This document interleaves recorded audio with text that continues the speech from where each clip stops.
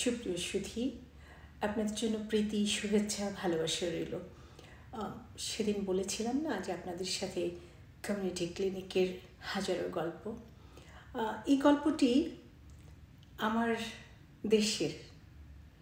আমার দেশ মানে বাংলাদেশ মানেই আমার দেশ, কিন্তু তা থাকে না যে কোন জেলার। আমি রংপুরের মানুষ। আমি একবার কমিউনিটি ক্লিনিক থেকে কমিউনিটি ক্লিনিকের ভিজিটের একটা প্রোগ্রাম হলো, সেটি হচ্ছে রংপুর অঞ্চলে।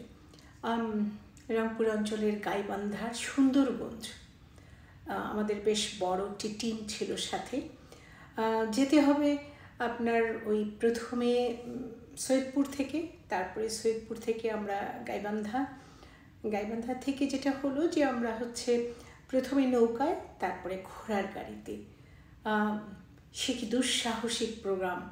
আমি যখন নৌকায়, তখন ভরপুর নদী পানিতে থই থই করছে।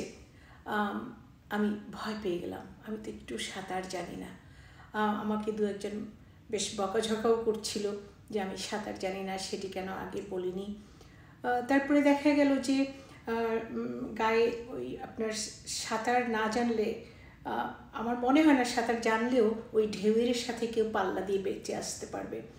সে যাক, কমিউনিটি ক্লিনিকের ভিজিট চলছে। আমরা পরপর বেশ কটি কমিউনিটি ক্লিনিকে দেখলাম, এবং ছোট্ট একটি জায়গা, ওই নদী ভাঙন্ত এলাকা তো, নিচে দেখা যাচ্ছে যে টইটুম্বুর করছে পানি, উপরে কিছুটা ঘাস, একটু উঁচু জায়গা। সেখানে আমাদের বসার আয়োজন হলো। গ্রামের মানুষ, বিভিন্ন ধরনের মানুষ এসেছে যারা কমিউনিটি ক্লিনিক থেকে সুবিধা নিয়ে থাকে। সুবিধাভোগী ছাড়াও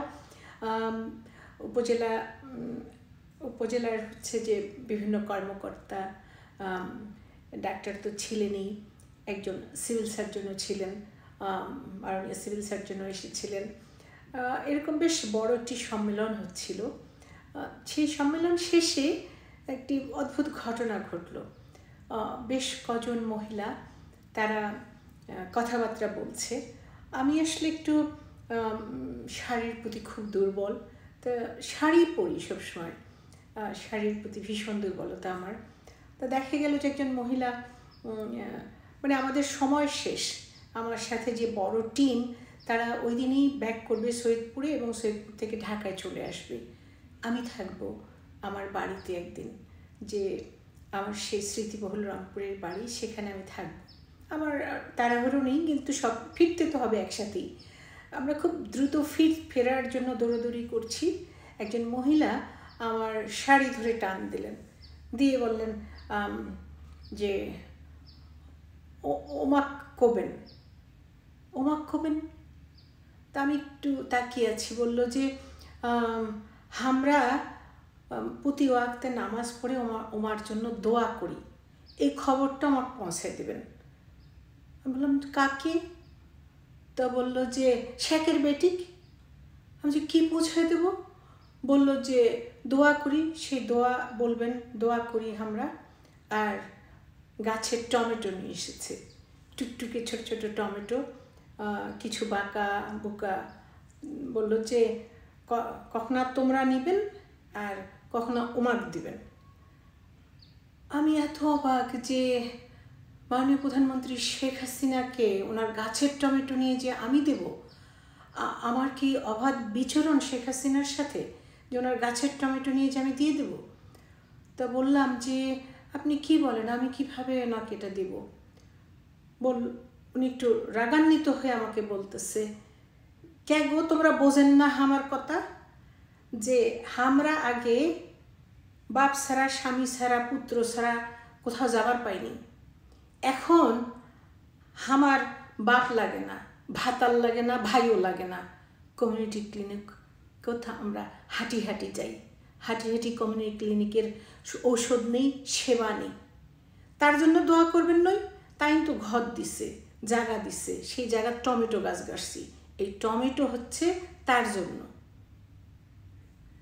বলুন তো প্রিয় দর্শকবৃন্দ, আমার কি করণীয় ছিল সেই সময়টাতে? আমি কিন্তু কিচ্ছু বলতে পারিনি। শুধু একটু হেসে দাঁড়িয়েছিলাম।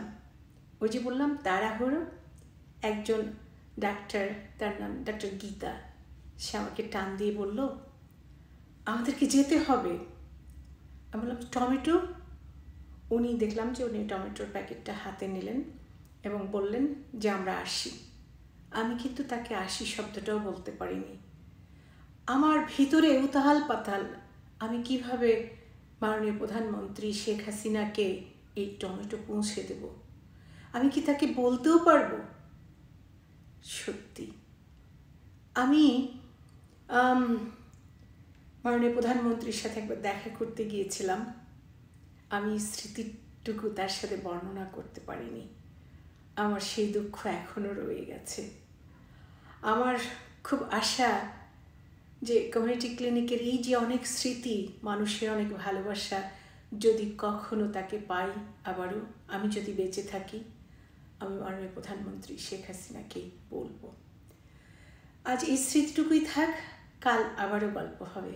সে পর্যন্ত ভালো থাকবেন, সুস্থতায় থাকবেন, নিরাপদে থাকবেন।